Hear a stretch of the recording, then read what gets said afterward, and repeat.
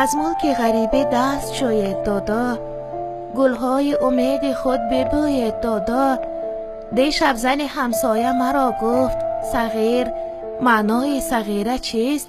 گوید دادا. ما زنده شما زنده جداید دادا، از اسب غرور خود فراید دادا. دو دختر و دو پسر دعا مانین است، از خانه آن زنک براید دادا. دادا دادا چرا کتابم نخرید؟ من تشنه شدم قطره آبم نخرید. یک بار سری سخت مرا سیله کنید، من گشنه نیم نقل و کبابم نخرید.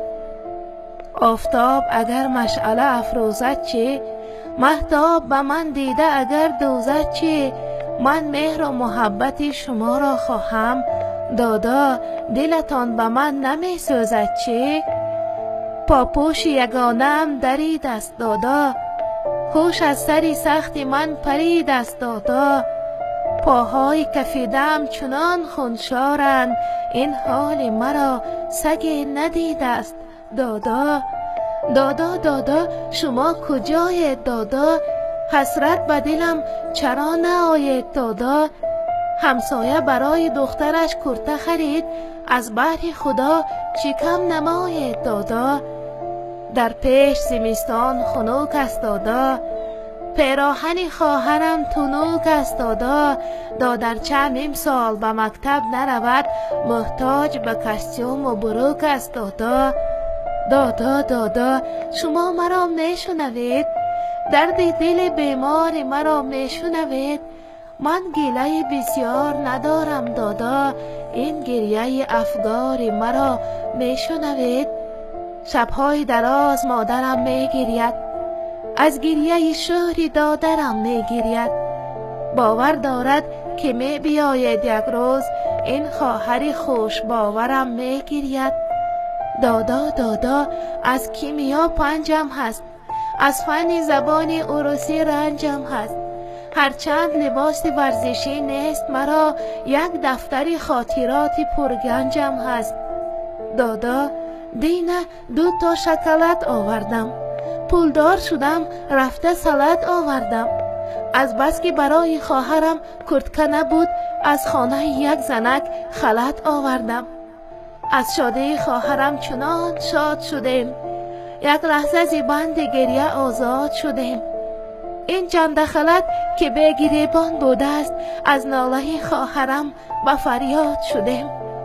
دادا دادا سری من و پای شما، یک بار بیایید خالی است جای شما.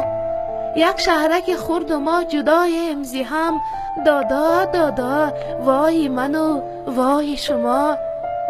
دادا دادا زنی جوان بگرفتید، زن کخت زد است که علمان بگرفتید.